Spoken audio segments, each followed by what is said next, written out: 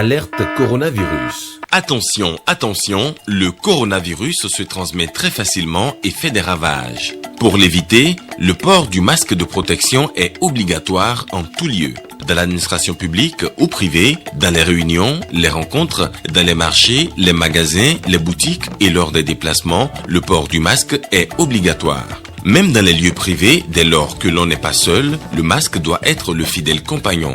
Mais attention, le port de masque de protection ne dispense nullement d'appliquer les autres mesures de prévention, notamment le lavage des mains à l'eau et au savon et l'observance de la distance de sécurité sanitaire d'au moins 1 mètre entre personnes. Enfin, s'abstenir de porter des gants en vue du lavage régulier des mains à l'eau et au savon ou de l'application de gel hydroalcoolique. Pour tout savoir sur l'épidémie du coronavirus au Bénin, rendez-vous sur le site web www.gouv.bj/coronavirus. Ceci est un message du gouvernement de la République du Bénin. Mesdames et messieurs, bonsoir et bienvenue aux 20h. Aujourd'hui, 12 août, c'est la journée internationale de la jeunesse. Elle a été adoptée en 1999 pour attirer l'attention de la communauté internationale sur les problèmes des jeunes. Marcella Rossi saisit l'occasion pour s'interroger sur l'engagement de la jeunesse béninoise dans ce 20h. Plusieurs acteurs des médias et du droit sont réunis à Parakou, une initiative de l'UPMB qui porte sur le code du numérique. À l'issue de l'atelier, un document de plaidoyer pour la relecture de ce code sera élaboré. Et puis, on va également s'intéresser à ce virus destructeur des bananiers. Il s'attaque à la plante et compromet son évolution.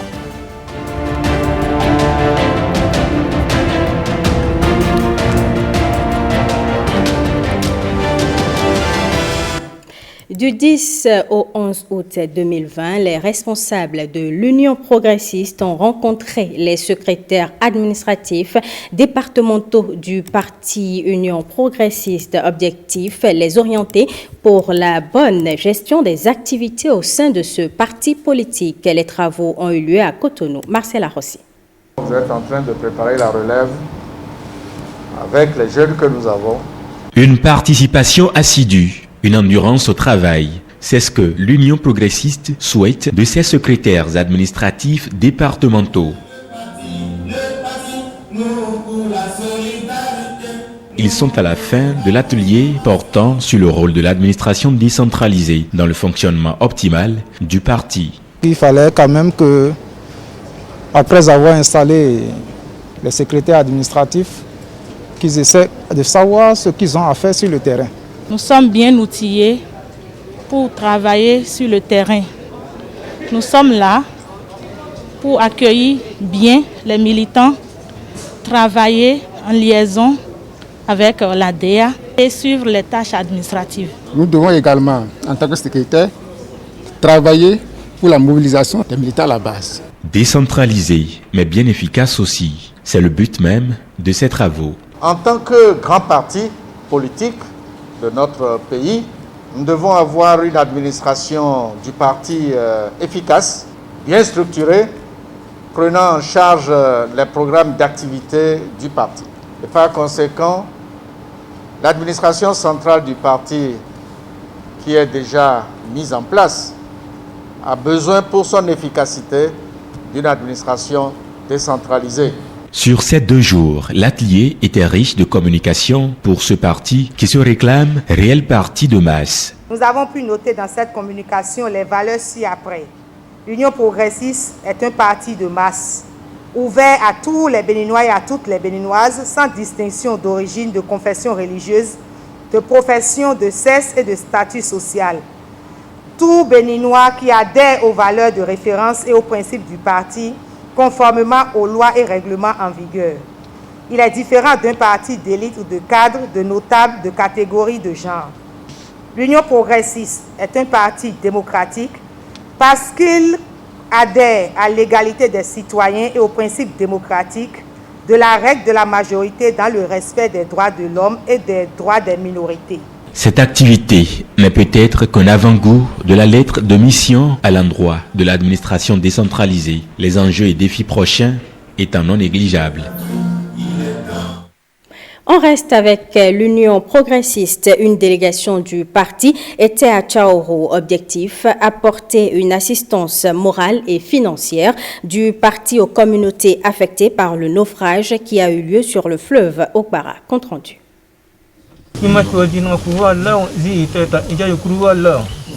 Prière musulmane pour le repos éternel des 6 personnes décédées dans le drame sur le fleuve Okpara. Remise des enveloppes financières aux familles affectées et à l'héroïne Sakina Haruna, puis visite du fleuve. Le parti Union progressiste apporte aux communautés de Waria, un fief de ce parti politique national, son soutien moral et financier. Le village a été éploré et les leaders du parti Union progressiste nous ont délégués à venir présenter leurs condoléances aux défunts, aux parents défunts. Il s'agit de Bruno Amoussou, qui est le président national, Sakala Fia aussi, il est au bureau national, et Chabi Sika Karim, c'est eux qui nous ont dépêchés à arriver à côté de ceux qui sont éplorés, leur présenter leurs condoléances et de leur dire félicitations et courage. Car ici, ils ont voté uniquement UP. Ils avaient dit de remettre 200 000 francs aux parents éplorés. 50 000 francs à la fille qui a œuvré pour faire sortir les êtres humains des 5 là. 50 000. Donc au total, ça fait 250 000. L'héroïne Sakina Haruna, les rescapés du naufrage et les familles victimes remercient l'Union progressiste pour son geste humanitaire. Au terme de la visite des lieux du drame, les communautés de Waria plaident pour la construction d'un pont et la dotation en barque pour la traversée en toute sécurité du fleuve Okpara. Autre volet de l'actualité à présent, le 21 juillet dernier, l'Assemblée nationale a approuvé la loi numéro 2020-22 portant autorisation de ratification de la charte amendée de l'Organisation de la coopération islamique adoptée à Dakar le 14 mars 2008. Quels sont les tenants et aboutissants de cette loi? Quel est le contenu de cette charte?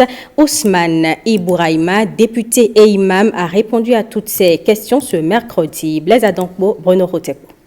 C'est un député et imam serein qui se présente à cette conférence de presse. Ousmane Ibouraïma est devant la communauté musulmane. Dans sa double casquette, il présente la charte amendée de l'Organisation de la coopération islamique, une charte ratifiée par l'Assemblée nationale au cours de sa dernière session extraordinaire. La première charte de l'organisation, qui comptait alors 25 pays membres, contre 57 actuellement, avait été adoptée en 1972 à Jeddah et comprenait 14 articles. Elle était principalement basée sur les principes de solidarité, de coopération et de développement, garantissait de sauvegarder la dignité et l'indépendance des États membres. Pour donc s'adapter à l'évolution du monde et répondre adéquatement aux exigences du XXIe siècle, la charte a été révisée et adoptée à l'unanimité lors du 11e sommet islamique tenu à Dakar au Sénégal les 13 et 14 mars en 2008. La nouvelle charte est le premier instrument juridique international des droits de l'homme du monde islamique. À ce titre, elle incarne la nouvelle vision du monde musulman. Dans le préambule, les États membres de l'OCI réaffirment dans la charte amendée leur attachement aux principes de la Charte des Nations Unies et du droit international. Plusieurs paragraphes de ce préambule sont consacrés au respect des droits de l'homme. Ainsi, les États membres sont déterminés à promouvoir les droits de l'homme et les libertés fondamentales. La ratification de cette charte offrira à notre pays un intérêt particulier, notamment l'occasion de réaffirmer son adhésion aux objectifs et aux valeurs de l'organisation, ainsi que sa volonté de renforcer sa coopération avec celle-ci.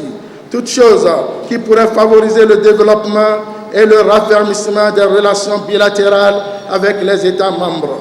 Au-delà d'une conférence de presse pour expliquer les avantages de la ratification de la charte, le conférencier a salué le travail que fait le président Patrice Talon pour le développement du Bénin. Le directeur général des infrastructures était ce mardi sur l'échangeur de Godomè, Jacques Ayadji, est allé constater les actes d'incivisme qui ont consisté à détruire le terre-plein central, ce qui occasionne parfois des accidents. Le point de sa descente avec Bruno Swali et Alexis Kenom. Comment vous expliquez ce qui se passe ici? L'interruption du terre-plein central et des glissades de sécurité, comment vous expliquez ça? Pour nous, c'est que c'était fait juste pour faire les travaux, c'est ce que nous croyons. Ce que vous dites, c'est sérieux ça là. Donc vous pensez que quand on a fait lettre, on l'a laissé ça, c'est ça comme ça. Quand les gens finissent, ils ont laissé ça comme ça. Descente de vérité de Jacques Ayadji sur l'échangeur de Godomè. Au cœur de ces chaudes explications, la destruction de ce terre-plein central, acte posé par des individus qui ont fait montre d'incivisme. Je vous pose une question. Parce que nous sommes dans un pays responsable. Est-ce que c'est normal que, même si vous étiez un usager lambda dans le pays, et vous pourrez là où voir une situation comme ça va vous faire plaisir? Visiblement, l'acte volontaire de dégradation de l'infrastructure routière publique et la destruction de la glissière de sécurité ferait un chemin donnant accès à ce complexe immobilier jouxtant l'échangeur. Les débats restent houleux. Ce que vous dites là, vraiment, ça me surprend. Mais ce n'est pas grave. Ce que je retiens, c'est que vous n'en savez rien. Mais à partir de cet instant-là, personne ne va quitter Cotonou et bifurquer par là. Personne ne quittera Calavi et rentrer dans votre, comment on appelle, dans votre salle de fête en passant par là. D'accord? C'est ce que je suis venu vous notifier. En attendant de trouver les véritables coupables de ces actes irresponsables et de réhabiliter les biens endommagés, des dispositions sont à prendre pour la bonne circulation des usagers de la route. Je voudrais qu'à partir de cet instant-là, que vous mettiez, en attendant qu'on fasse des travaux, vous mettiez des dispositifs pour bloquer la circulation d'ici à la salle des fêtes. Ce bâtiment-là, si les gens veulent y accéder, il y a d'autres manières d'y accéder. Vous le savez, nous allons bloquer et nous allons suivre. Et je profite de cette occasion pour m'adresser à l'ensemble des populations du Bénin. Ce n'est pas admis de toucher aux édifices publics pour des besoins de raccordement privés. Je crois que c'est un incivisme qui a besoin d'être puni.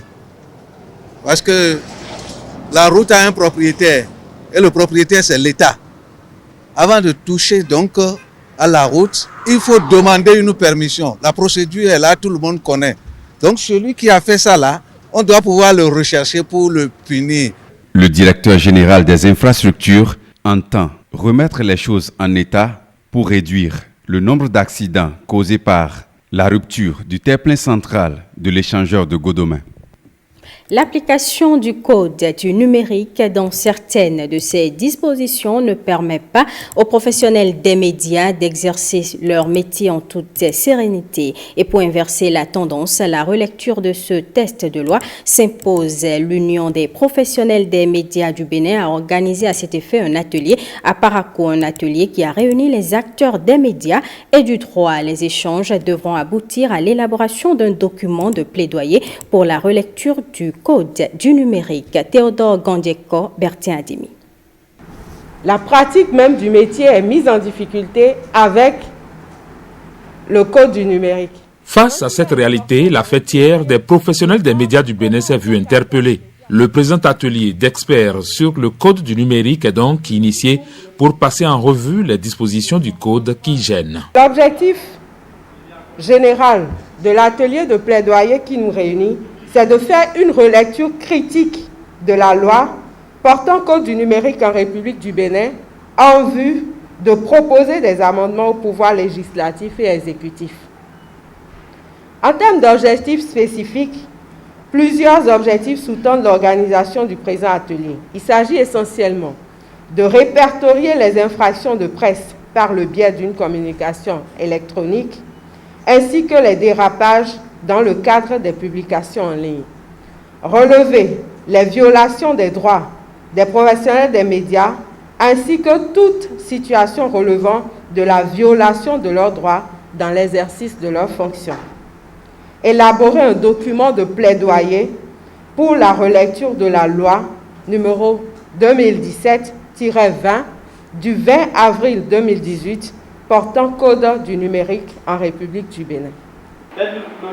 L'atelier de Parakou est l'une des déclinaisons du grand projet Zéro journaliste en prison au Bénin, cher à l'UPMB.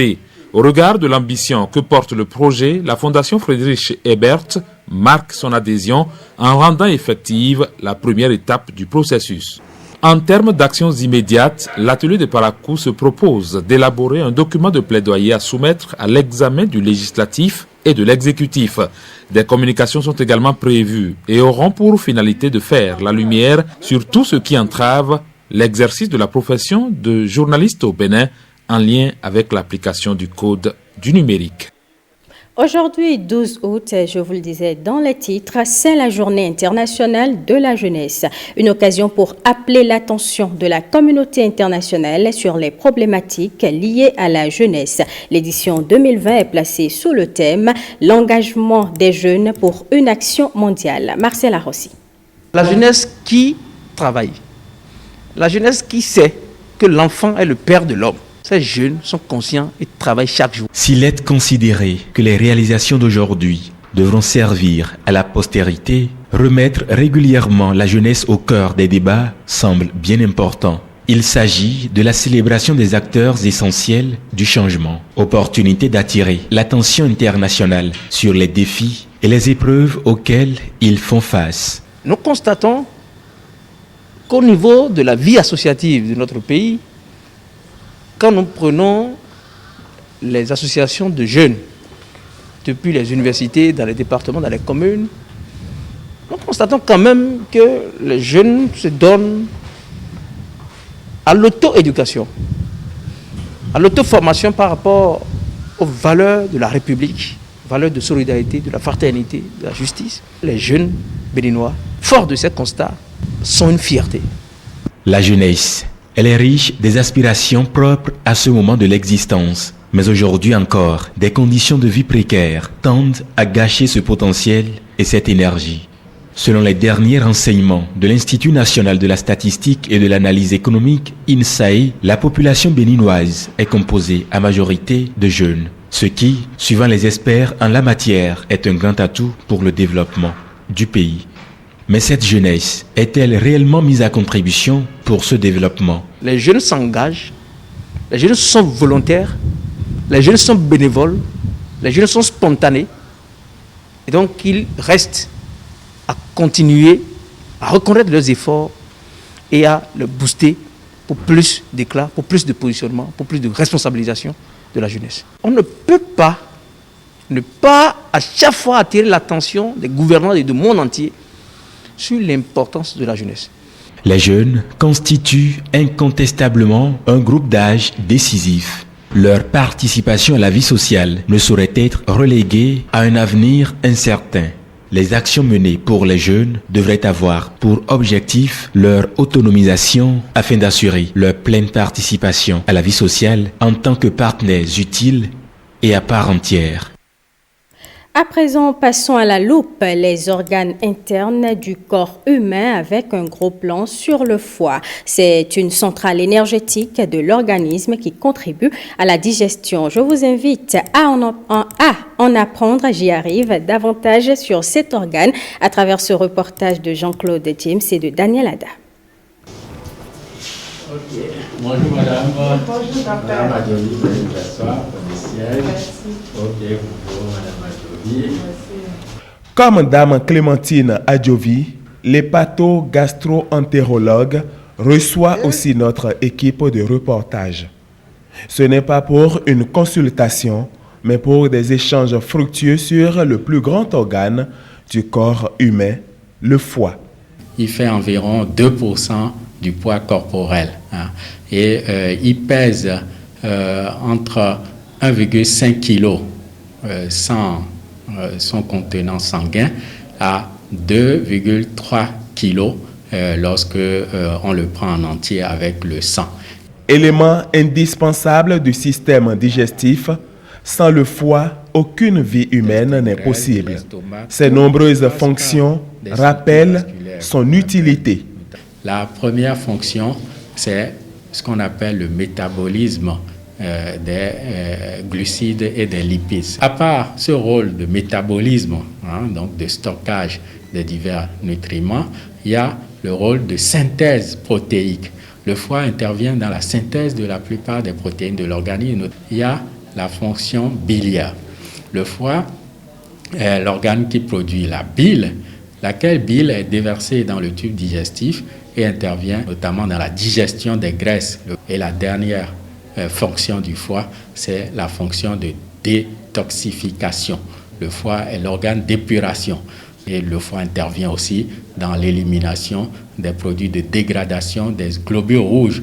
Sur la liste des maladies de cet organe vital, on dénombre les hépatites virales, la cirrhose du foie, le foie gras et bien d'autres. Pour les prévenir, il faut passer en mode entretien du foie. D'abord, les mesures visant à éviter les hépatites virales. En tête, c'est la vaccination contre l'hépatite B.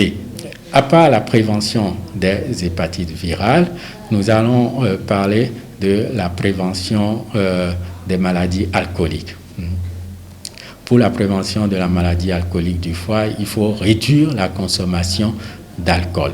Et cette consommation d'alcool est considérée comme un risque de maladie lorsque c'est supérieur à 2 verres par jour chez la femme, 3 verres par jour chez l'homme. Si on peut éviter totalement, c'est encore mieux. Éviter aussi d'autres agents toxiques, donc bien prendre soin des céréales pour notamment ne pas les laisser dans l'humidité pour qu'il n'y ait pas de développement d'aflatoxine et éviter d'abuser de médicaments, notamment le paracétamol et autres, pour ne pas avoir une atteinte toxique du foie. Il y a la prévention la maladie, le foie gras. Et pour prévenir ça, on conseille l'activité physique. Au moins 3h30 à 7 heures par semaine, moins manger de viande. Et le café est montré comme ayant des effets bénéfiques pour le foie. Au-delà de ces conseils, une visite par moment au spécialiste est tout bénef. On s'intéresse maintenant au virus destructeur des bananiers, un virus qui inquiète les producteurs de bananes, produits de grande consommation au Bénin. La recherche, surtout celle de l'Université nationale d'agriculture de Kétou, lutte sur le terrain pour sauver l'effort des producteurs. William Toki. Champs de bananiers en ruine. La banana bronchitop virus a pris ses quartiers ici, au détriment du propriétaire des lieux. Tout un champ attaqué par ce virus qui compromet le rendement. Même les voisins ont commencé par se plaindre que les bananes ne donnent plus. Mais je me demandais beaucoup de choses par rapport à l'origine de ce mal. Et c'est aujourd'hui que j'ai pris conscience que c'est vraiment le truc là qui faisait rabaisser mes productions. Pas de moisson à espérer, comme sur cet autre champ assez dans le mono, où le virus règne en maître. Ça hésite sur mes plantations. Et l'année passée, c'est ça qui a chuté, mes rendements. La thérapie est douloureuse. Le propriétaire devra assister au rasage de tout son champ. Solution préconisée par la recherche. Si on n'arrête pas, on n'éradique pas, on n'enlève pas les plants qui sont porteurs de cette maladie, ça fait par tache d'huile et finalement les plantations sont entamées et les rendements tombent drastiquement. Les paysans qui désormais suivent les techniques qu'on leur propose témoignent de l'efficacité et de l'amélioration de leur rendement. Cette solution, certains propriétaires de bananes avaient du mal à l'avaler, telle une pilule amère. Nous, on a au moins eu la chance d'être formés en ce terme. Donc la maladie là ne peut plus venir chez moi. Quand je compare 2013, où nous avons commencé à travailler dans l'Omé Plateau, avec ce que nous avons aujourd'hui, je dis que je me réjouis et je dis on a des chances de réussir et de bien réussir. Nous avons la recherche qui évolue, nous avons des étudiants, que ce soit licenciés, que ce soit masterants, que ce soit doctorants, qui essaie de nous aider à répondre aux pressions des producteurs. À ce rendez-vous d'explication et de sensibilisation, les producteurs ont répondu dans l'espoir d'être outillés quant aux nouvelles techniques de culture et de gestion de leurs bananiers. Le méchant virus, grâce à l'action de la recherche, a été maîtrisé dans les départements de l'Ouémé du Plateau. Restent les autres départements, notamment du centre et du septentrion.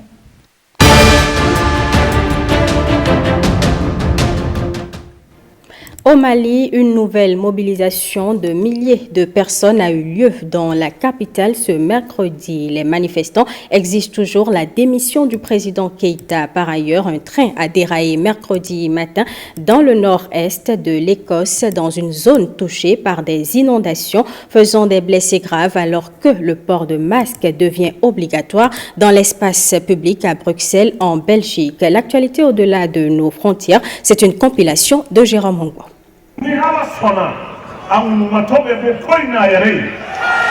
L'opposition malienne réunit à Bamako des milliers de personnes qui ont à nouveau réclamé la démission du président Ibrahim Boubacar Keïta, malgré les appels à une issue négociée à la crise qui ébranle le Mali, en proie en outre aux attaques djihadistes. De Gao, de Kidal, de Taoudeni, de Tombouctou, d'un peu partout du nord, on s'est donné la main pour dire qu'au Mali, il n'y a pas de problème. Mais c'est des politiciens qui créent des problèmes. Et nous disons non à l'ingérence de la France. Les appels au dialogue de la communauté des États de l'Afrique de l'Ouest, CEDEAO, et la pluie n'ont pas découragé les opposants, rassemblés au son des vuvuzelas au centre de Bamako. Par ailleurs, et toujours au Mali, la maison centrale d'arrêt de Bamako, plus grande prison du Mali, s'est organisée dès le début pour empêcher la pandémie de franchir ses hauts murs, avec succès jusqu'à présent, malgré la surpopulation, malgré la promiscuité et malgré des gestes barrières difficiles à faire appliquer par ces plus de 2000 détenus. Le ministre, il a fait de son mieux pour baisser le taux de détenus, avec les audiences extraordinaires au niveau de toutes les communes, et la grâce présidentielle, 4 séries de grâce présidentielle. Et donc il y a plus de 400 personnes qui ont bénéficié de la grâce. Et le département a procédé à des transferts sur Kenyoroba. On a une prison de 2500 places qui est opérationnelle, même si les travaux ne sont pas totalement terminés.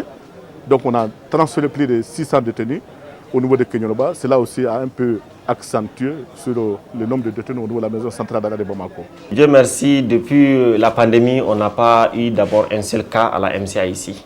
Parce que depuis les premiers jours, on a tenu beaucoup de réunions au niveau de la direction nationale. Pour pallier à l'épidémie, on a décidé de confectionner ces masques pour protéger les détenus et ceux qui viennent pour les rendre visite. Dès le début de la pandémie, le Comité international de la Croix-Rouge, CICR, a appuyé le centre de couture de la maison d'arrêt qui s'est lancé dans la fabrication de masques. Au sud du Soudan, dans l'état de Jonglei, ville de Bor, des pluies torrentielles ont provoqué des inondations, forçant des milliers de personnes à quitter leur foyer. Un train a déraillé mercredi matin dans le nord-est de l'Écosse, dans une zone touchée par des inondations, faisant des blessés graves, selon la première ministre écossaise Nicola Sturgeon. Aucune piste n'a été évoquée concernant la cause de l'accident. Des sources citées dans les médias britanniques évoquant un possible lien avec les conditions météorologiques dans la région. Ce sera tout, mesdames et messieurs, pour ce journal. Merci pour votre attention. Vous pouvez revoir ce JT sur le www.oetb.bj. À 23h30, vous avez rendez-vous avec Estelle Pazou pour le JT Soir.